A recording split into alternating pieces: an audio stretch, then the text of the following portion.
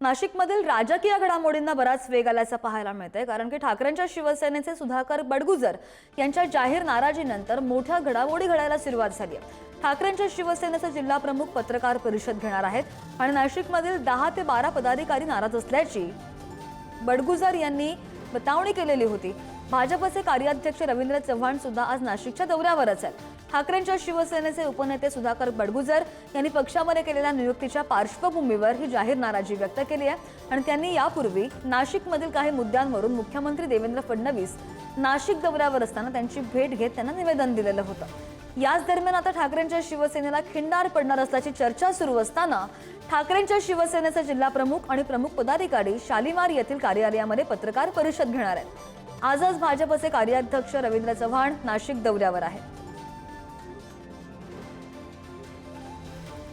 आपण पाहतो राज्याच्या राजकारणामध्ये गेल्या काही दिवसांपासून सुरू असलेल्या घडामोडी पाहता गिरीश चव्हाण यांनी सुद्धा दावे केलेले होते आणि त्याच दाव्यांच्या पार्श्वभूमीवर राजकीय घडामोडींना वेग आल्याचं दिसतंय। अधिकची माहिती घेऊन आमचे प्रतिनिधी किरण टाजणे आपल्या सोबत आहेत। किरण, ही जी पत्रकार परिषद होणार आहे त्या पत्रकार परिषदेकडे आपलं लक्ष असणारच आहे, मात्र आता बडगुजर यांनी केलेलं वक्तव्य त्यानंतर काल सुद्धा आपण पाहिलं गिरीश महाजन यांनी सुद्धा म्हटलं होतं की 8 दिवसांमध्ये कळेल की कोण कुठे आहे आणि कोण कुठे नाहीये। तर या सगळ्याचा विचार करता काय नेमकं घडतंय आता?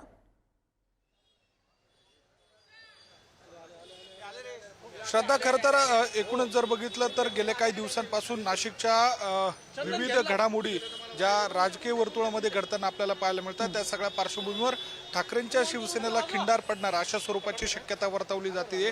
आणि दुसरी आणखी एक महत्त्वाची बाब म्हणजे सुधाकर बडगुजर जे ठाकरेंच्या शिवसेनेचे उपनेते आहेत, त्यांनी याबाबतचं जे विधान केलेलं आहे ते सगळं पाहता ठाकरेंच्या शिवसेनेत काहीसा स्थिर नाहीये, त्या ठिकाणी काहीतरी गोंधळ निर्माण झाला आहे असा जो वाद आहे तो अलीकडच्या काळामध्ये समोर आलेला आहे।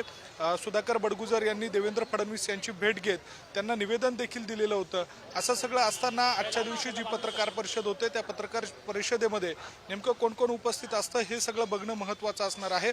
मात्र या सगळ्या पार्श्वभूमीवर जर बघितलं तर आणखी एक नाशिकमधली महत्त्वाची घडामोड आहे। या ठिकाणी धनंजय मुंडे हे नाशिकमध्ये आलेले होते रामकुंड परिसरामध्ये, आणि त्याच ठिकाणी जर बघितलं तर ते जे माजलगावचे माजी आमदार जे आहे धनंजय मुंडे, माजलगावचे जे माजी आमदार आहे आर.टी. देशमुख, त्यांच्या निधनानंतर धनंजय मुंडे आणि त्यांचे पदाधिकारी या ठिकाणी ते धार्मिक विधीसाठी आलेले होते। त्यांच्याशी बोलण्याचा प्रयत्न करूया।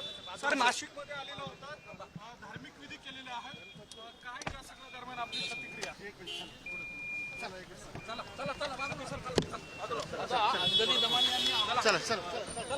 धनंजय मुंडे या ठिकाणी त्यांनी प्रतिक्रिया देण्यास या ठिकाणी खरं तर नकार दिलेला आहे।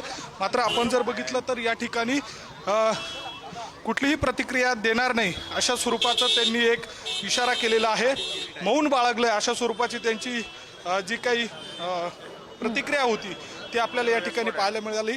एकूणच जर बघितलं तर गेल्या काही दिवसांपूर्वी धनंजय मुंडे हे इगतपुरीमध्ये विपश्यना केंद्रामध्ये दाखल झालेले होते। त्यांनी त्या ठिकाणी 10 ते 12 दिवस जे मौन व्रत आहे त्यासोबतच ज्या त्या ठिकाणच्या ज्या पारंपरिक विधी आहेत त्या देखील केलेल्या होत्या, आणि आजच्या दिवशी ते नाशिकमध्ये या ठिकाणी आल्याचं आपल्याला पाहायला मिळालं।